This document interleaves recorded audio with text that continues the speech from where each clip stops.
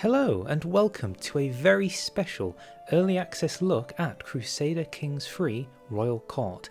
We've bumped up to Fleur de Lis on 1.5 and we're going to be embarking on a very special campaign. Starting in 867, we're not going with any of the traditional starts and moving all the way over into the character creation screen to see one of the new changes that's coming with the DLC and free update. Our story begins not with a man, but with a child, who in this case shall be taking the name and the title of Sir Arthur, King of the Britons. In order to make our character, we shall be making him a legendary character of old. He shall be Herculean, he shall be fecund, he shall be strong. It is with that we arrive at the first change you'll see which comes as part of the free update, and that is that you can now customise your dynasty far more. It is from here we are now able to stick in our motto from the start of the game, but I think something everyone far more wanted, we can now design our own coat of arms. You can choose to start from scratch or randomise as much as you want, but I think I'm going to start from scratch and make my own interesting design. Okay, and we'll have some red on top, that's looking good. In picking your emblem you have quite the list of things you can go for. We've got animals here and different things for all the faiths. You can even go for some random patterns if that is your fancy. I think I'll go with... yes, that should do. Can we make it red? Right, I think that will do me just fine. So, without further ado, let the fable of King Arthur begin. I'm just going to get swamped by Vikings, I know it.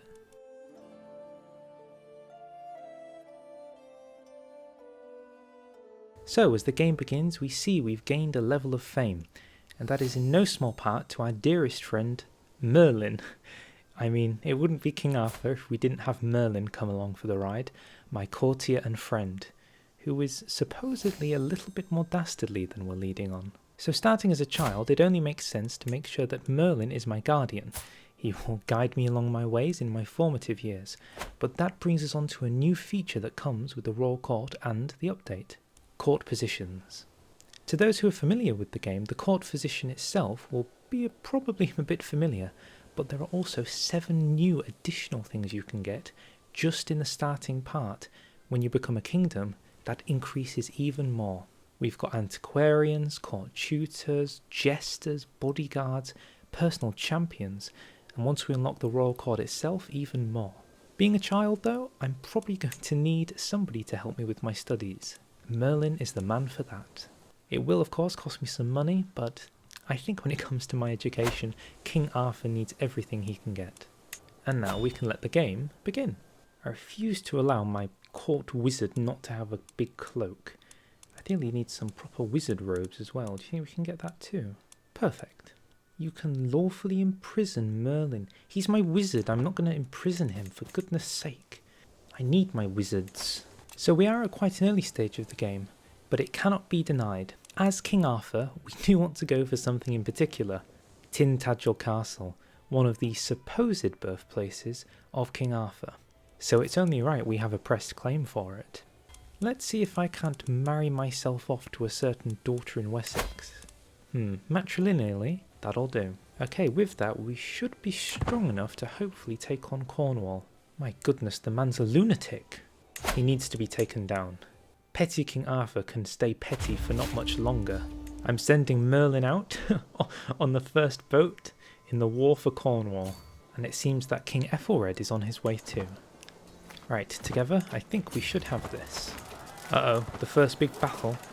We're in, and it appears to be an absolute steamroll. The Battle of Tintagel. I mean, it is going to be my home, right?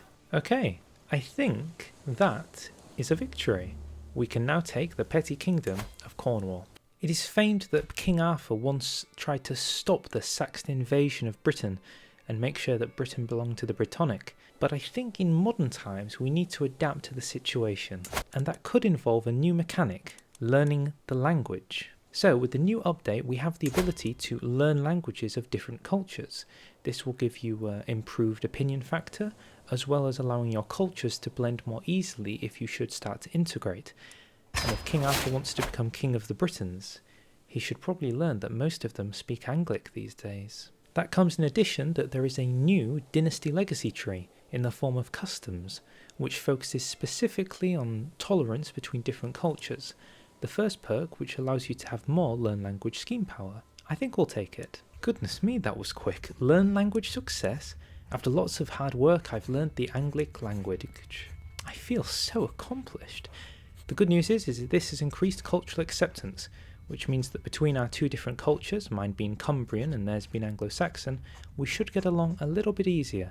This increases control, opinion between characters, and lots of other things. I'm on such a roll, I think I'm going to learn French. Just, because it's French. Sacre bleu.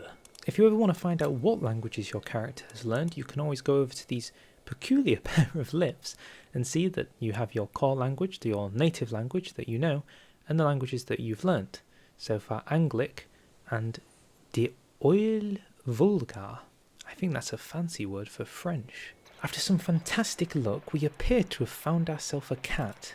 I'm just wondering, what would King Arthur name his cat? Excalibur, right? As we come to the end of our education with King Arthur, I find that Merlin is considering sharing some of his secrets.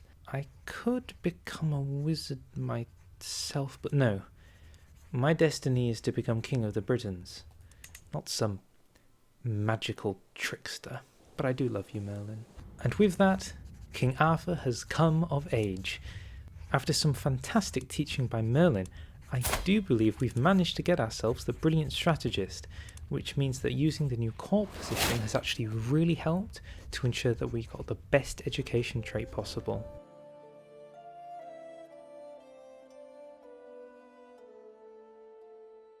So it's at this point we have some basic things I think King Arthur, being a fully grown adult, would now like to achieve. The first thing we want to do is become Cornwall, the Kingdom of Cornwall. I'm not sure that being a petty king is that much favourable to the legend that is King Arthur. We can achieve that by restoring the Kingdom of Cornwall using this decision, which is probably going to require us to get a little bit more fame. But don't worry, we can do that. The next thing we're going to do is work with the new cultural reform system.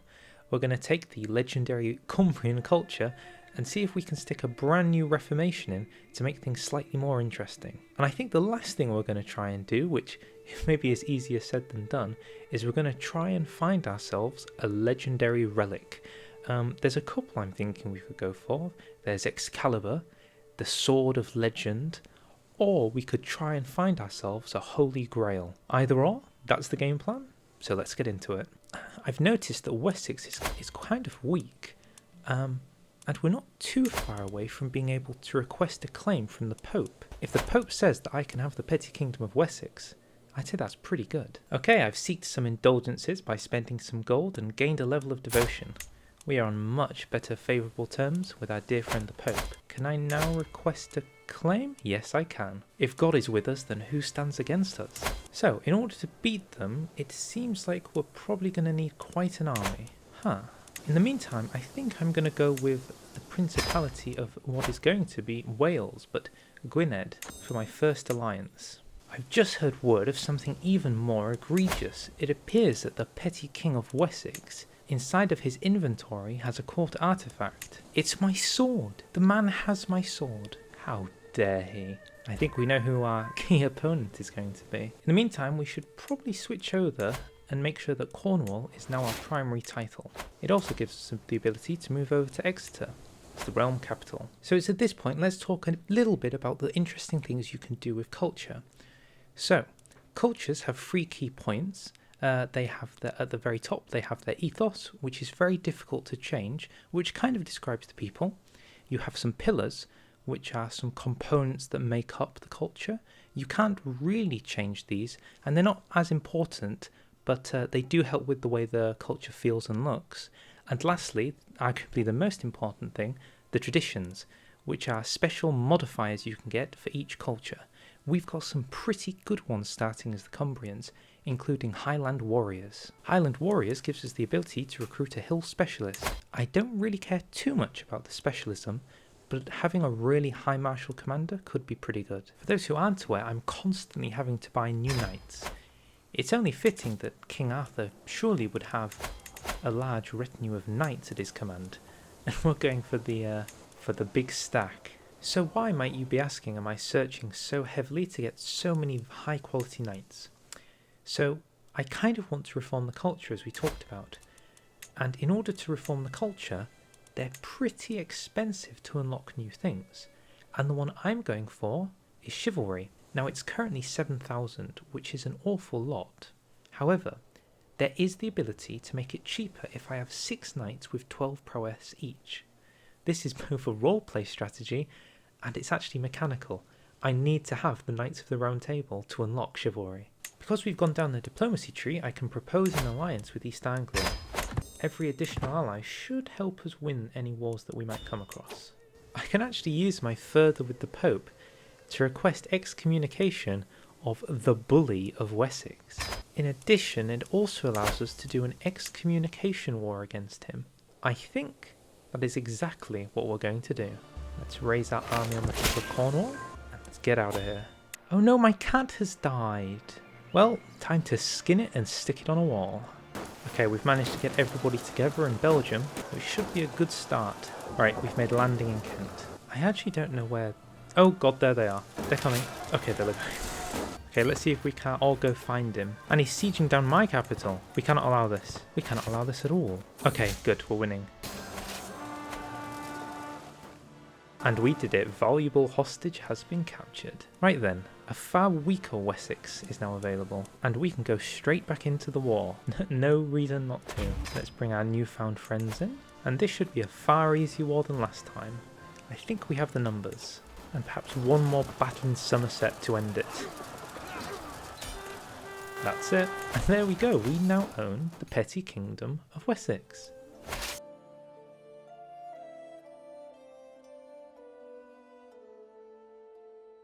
Okay, we're looking a little bit bigger. We've torn straight into the side, and this is Alfred Ethelwulfson, who is now my vassal. That is an interesting position to be in. So as you see, our prestige is looking pretty bad after that, but I'm not going to worry too much, because there are things we can do to quickly get back some prestige. I have made my dear friend Merlin the Wizard at 53. He's getting on a bit, but he's still good. My antiquarian, which is a role I think he suits perfectly fine. And with him, he is going to help me find somebody to commission an artifact. Artifacts are good because they can give you both renown, prestige, and other interesting buffs. Let's see if we can't get a new weapon. So for those who know about the Restore the Kingdom of Cornwall decision, you actually have the ability to get the duchies of Wessex and Wick if you own them when you form it. We've got Wessex, now it's just time to get Wick. I got a petty dagger. Not quite what I wanted, but I won't complain. I've just remembered something. I'm best friends with the Pope. I don't need to justify on anybody. I can just request another claim for the petty kingdom of Wick. Oh, this is... best friends with Pope is the ultimate strategy here. Right, I believe I can declare war on her in 3 years. So, we're good to go. It's her fault for being deceitful, okay? She is sinful, not me. You know what? Screw it. Let's go full roleplay. We can actually customize our banners for individual places, and in this case I'm going to create Camelot. I think that should suffice. Alfred has become my friend. That's good. Alfred the Great. More like Alfred the Mate. Okay, Petty King Arthur's crown. That is some good prestige and even better men-at-arms maintenance. Alright, let's see if we can win this. Chase them down. My marshal's 34 commander. Okay, I think this is it. At the Battle of Lewes, that was a good win. Right, let's siege down what we need, and I think this should be an easy war. An excellent epic has been created, the Pendragonicronicon. I'm sure it's not demonic at all. And that is the Cornish claim completed. Let's hold a feast in celebration for all the new land we have acquired. My glory is widely known, and with that, we can do the first thing we intended to do. At the age of 47, he's still in good prowess shape. We have restored the kingdom of Cornwall. I will even get the nickname of the Trojan. Not quite the path we were going for. Britannia is a little bit far away, but it's a good start. And again, of course, you can change the way that even custom kingdoms look. So if we don't want this bright yellow, you can change it to whatever you want. Cumbria, Cornwall, Camelot, it's all the same thing. It's just been, messed up by history. And there we go, the Kingdom of Camelot.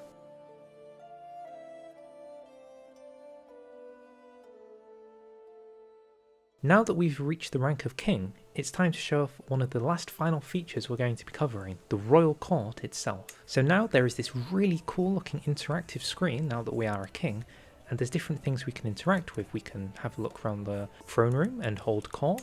We can try and increase our court's power and get some cool buffs on the side. And we can start collecting artifacts that we can hang on the wall, including my dead cat from quite a while ago. And now my dead cat is on the wall. In addition to that, we also can show off how we can form a hybrid culture. So, we're on pretty good terms with the Anglo-Saxons now that we've made best friends with quite a few of their vassals. And that means that we can form sort of a mixture, Anglo-Cumbrian, or as I prefer to call it, Arthurian. We should have it so that we get bureaucratic, which is a really strong development, growth, fascination ethos, one of the few ways you can change it quite easily. We'll keep our Brittonic heritage, and we can switch over to speaking Anglic. In addition, we also have access to the cultures from both sides, so I can keep the Highland warriors and the stalwart defenders, but also if I want I can get some herds and some maritime mercantilism. I think we'll also have it so that when it comes to naming practices, while people might be speaking that, I think we should keep the old-fashioned names. I think we're good. Oh, and in addition, another great thing about it is you'll actually discover the innovations of whatever you're integrating with. So we actually get onagers and gavelkind, which we've been struggling through for a while. The Arthurian hybridization. We now have our own culture. So it's at this point in the game I think things start to really snowball in the current build. Becoming a king is such a great way, or queen to be fair, is such a great way to massively stack up some buffs that you can get, especially if you want to play tall. So for example, people can come to my court, and look at that. Because I managed to see people take the knee for me, I've gained some prestige, some court grandeur, and some renown for my dynasty. In addition, when we commission artifacts, we can now also create things like furniture, books, and wall hangings. What's interesting is, because I've managed to create such a unique culture that hybridizes with Anglo-Saxon, and because we're quite liked in the world, we can actually start offering vassalage to people. The Kingdom of England is not that far away. Offer vassalage again. Goodness me, we are expanding now. I feel like things are quickly getting out of hand. Okay, I've got 36 prowess, so even though I'm getting old, it's going to be a while before I'm considered to be too weak to actually do anything relevant, which is pretty good. And Knight's Court is looking pretty well. We've got a vassal commander at 22, 18, 16, 16, 14. We only need one more knight who is above 12. We can actually reform our culture. Alright, that is effectively England complete. So now I think we've come to the formative end years of King Arthur's reign. Not quite through the conquest I thought he would have gone for, but that is definitely England that has been created.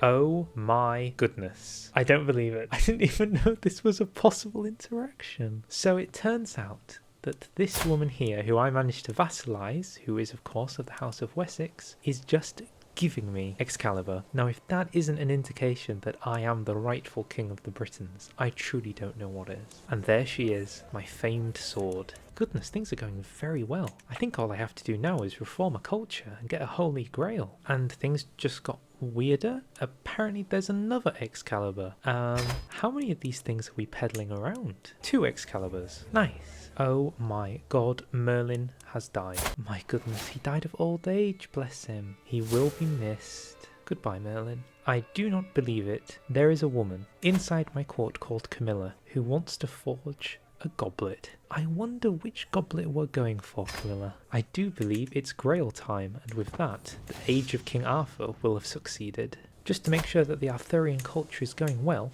we can very quickly head into here and establish chivalry.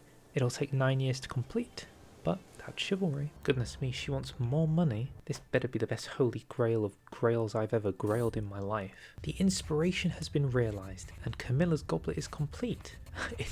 It gives me monthly tyranny loss. I mean, if I was a tyrant, that would be pretty good. I guess we can call it the semi-holy goblet? I think what I'm gonna quickly do is reset all my perks. so I can go back down the diplomat tree and unlock accomplished forger, which allows us to buy artifacts. I'm at 27 prowess despite the fact I've got negative 13 old age. This is a pretty powerful character. Oh god, I have to face the monster of Camelot. I like how it's named after Camelot. But if I kill it, I become Master Hunter. I believe. Yep, I am a Master Hunter. Alright, I think I have decided how we're going to end this video. By the life of me, I cannot find a Holy Grail. I've been looking in random people's courts to see their things, and there's no grails. But I tell you what we could go for. In the little old Byzantine court, there is a crown, and I suggest the crown of Justinian could belong to us. +1 domain limit. That on its own is incredible. I want that crown. So in order to get it, I'm going to use the buy artifact claim from the diplomacy tree, but I need 3000 prestige. After reaching the bottom of the gallant tree, we can now get gallant, which is interesting because when we got chivalry, it gives a buff to gallant, which means you also get a romance scheme power. I'm not sure who I'm going to be romancing, but hey, it's there if I want it. With all that going on, I think it's time we wrapped this up. One war against a newly crowned Byzantine emperor. I want his crown, and I will get it. Hold on a second. He has 7 prowess. I am 69, nice, with 26 prowess. Is it possible? We need to save up for a duel. The last duel. The only duel that matters. I don't have to go to war with the Byzantine Emperor. I just need to 1v1 him. Preferably before cancer kills me. Oh my goodness, it begins. An old man versus the Emperor. Luckily I'm a Master Hunter, so I have a knife. In the new single combat screen, it's pretty nice, and it's in the centre of the screen. It has this cool animation works as well. Let's strike him. I'm a hunter. Go back to the knife again. And strike him again. And there I am, cheering in the air King Arthur as he took down the Emperor. I would like my hat, please. I am the owner of the crown. So, hopefully, if I go to my court, let's get rid of another one of these ridiculous Excaliburs. Boom. We now have the Crown of Justinian with +1 domain limit. And with that, I think I'm happy. I'm not going to die anytime soon, but I have achieved plenty of the stuff I had wanted to achieve. So again, I'll say thank you to Paradox for giving me early access to play this and see what it's like. I think it's really fun. I think it's so fun with all of the ways you can interact with the new mechanics, and with how many new cultural things there are. You can like customize a culture and play the game how you want. So thanks to Chivalry, you can go down the romancing for renown path, and I achieved all of this with my first character. So there it is. So with that, I'll say thank you very much for watching. If you liked, feel free to like, feel free to subscribe, and I'll see you all next time. It would be cool if there was a tradition that allowed it so that dwarves and giants were seen as positive genetic traits. Then you could have your own dwarven kingdom. Bye.